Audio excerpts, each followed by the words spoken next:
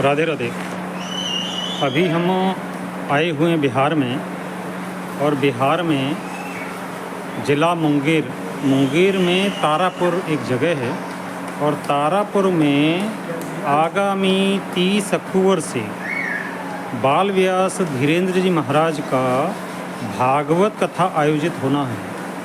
उस भागवत कथा के आयोजन में किस प्रकार की तैयारी है, किस प्रकार का आयोजन होगा, उसमें किस प्रकार की कमेटी के द्वारा कथा का आयोजन करवाया जा रहा है, ये सब कुछ हम कमेटी के ही उन लोगों से जानते हैं जो अग्रणी रहकर इस कार्यक्रम को संचालित करने वाले हैं। आइए उन सभी से मैं आपका परिचय कराता हूँ। जो लोग हैं जो आपको दिख रहे हैं, ये बाबा हैं। क्या नाम हुआ आपका? परमानंद जी महाराज। ये कथा जो आयोजन समिति है उसके अध्यक्ष हैं, और इनके ही सानिध्य में ये कथा होना है। जी, आपकी जो कथा होनी है तो किस प्रकार का आयोजन रहना है, थोड़ा बताइए। अच्छा, कथावाचक कौन होंगे आपके? क्या नाम बताइए? बाल व्यास धीरेन्द्र जी महाराज के द्वारा कथा कराना है। हाँ। कहाँ पे कथा होना है? कथा होना है उल्टानाथ महादेव स्थान। जी, क्या नाम हुआ आपका? मेरा नाम देवदास सिंह है। देवदास जी। देव प्रकाश। जय प्रकाश जी, ये भी समिति के सदस्य हैं। और ये श्रीमान अर्जुन सिंह जी हैं।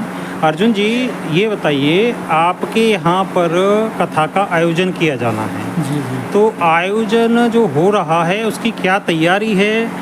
कथावाचक जो आ रहे हैं, किस प्रकार का आयोजन आपको लग रहा है कि होगा, और आप लोगों के माध्यम से उस कार्यक्रम की क्या तैयारी हो रही है? देखिए बाबा, जहाँ तक कि कथावाचक की बात है तो वो हमारे धीरेन्द्र नाथ ब्रह्मचारी बाल व्यास हैं, 13 वर्ष। धीरेन्द्र जी महाराज। जी, धीरेन्द्र जी महाराज बाल व्यास हैं जी, 13 वर्ष के जी। उन्हीं के द्वारा हम लोग कथा वाचन करवा रहे हैं जी। और जहाँ तक तैयारी का प्रश्न है, हमारे सभी ग्रामवासी, नगरवासी जी इसके तैयारी में जुटे हुए हैं। खास करके उनके स्वागत के लिए कथावाचक तथा उनकी पूरी टीम के स्वागत के लिए, साथ साथ स्वामी हमारे भगवान वासुदेव कृष्ण और माँ राधिका के कथावाचन को सुनने के लिए हम लोग व्यग्र हैं। और हम चाहते हैं कि बाल व्यास जी महाराज के द्वारा बढ़िया से बढ़िया कथावाचन हो। खास करके उनके द्वारा झांकी जो निकाली जाए वह मनमोहक हो और लोगों को आकर्षित करे।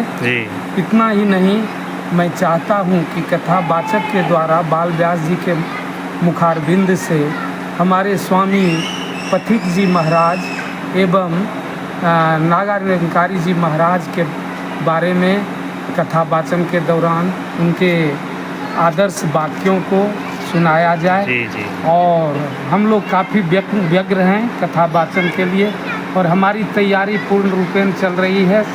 सारे समिति के लोग उल्टा मंदिर समिति, उल्टानाथ महादेव मंदिर समिति,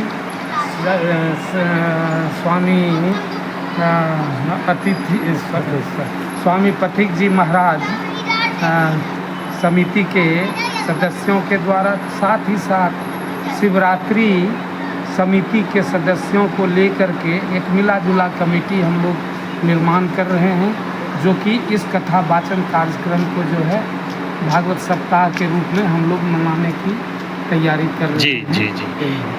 आपका क्या नाम हुआ? घनश्याम प्रसाद। घनश्याम जी जो है रिटायर शिक्षक भी हैं। ये सरकारी विभाग में, शिक्षा विभाग में रह चुके हैं और इनका बहुत लंबा अनुभव है। तो घनश्याम जी, मैं आपसे जानना चाह रहा हूँ, आपके क्षेत्र में ज़िला मुंगेर में 13 वर्ष के कथावाचक आ रहे हैं, आपको क्या लगता है, आपके दृष्टिकोण से, चूंकि आप शिक्षक रहे हैं, दूरदृष्टि आपकी है, आपको क्या लगता है कि 13 वर्ष के बाल व्यास के मुखारबिंद से जब एक सनातन धर्म का संदेश जाएगा तो आपके क्षेत्र में उसका कुछ प्रभाव होगा? जी, उसका प्रभाव बहुत अच्छी तरह से होगा जी। और जहाँ तक सवाल है 13 वर्ष के बच्चे हैं जी। और इस तरह से वो अपने मुखारबिंद से बताएंगे हम लोग जी। इसका प्रभाव सारी जनता पर पड़ेगा। जी। कथा का आयोजन जो आप लोग करा रहे हैं उसका कलश यात्रा किस दिन रहेगा? जी, कलश यात्रा 29 अक्टूबर अष्टमी कार्तिक अष्टमी तिथि को एक दिन पहले आप कलश एक दिन यात्रा पहले, निकालेंगे? जी। अच्छा, और कथा का जैसे विश्राम होना है उसके बाद में आपका हवन यज्ञ का कार्यक्रम रहेगा? जी जी जी जी जी जी। और उसका कुछ भंडारा प्रसादी का भी हाँ, कार्यक्रम 6 रहेगा? तारीख को हाँ 6 जी जी।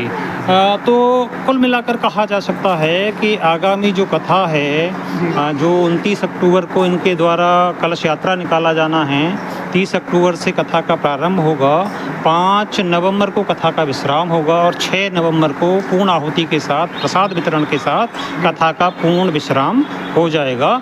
और यह कथा एक अच्छे मायने में मुंगेर जिला में बाल व्यास के द्वारा एक ऐसा सनातन धर्म का महायज्ञ होने जा रहा है जिसकी धमक न केवल तारापुर में बल्कि मुझे लग रहा है कि पूरे मुंगेर ज़िले में सुनाई देगी। तो आपका क्या मानना है, कमेंट्स में अवश्य अपना विचार दीजिएगा और साथ में राधे राधे करके संदेश देना ना भूलिएगा, जिससे हमें पता लगे कि इस संदेश को कौन कौन देख रहा है। हर हर महादेव, जय श्री कृष्णा, राधे राधे।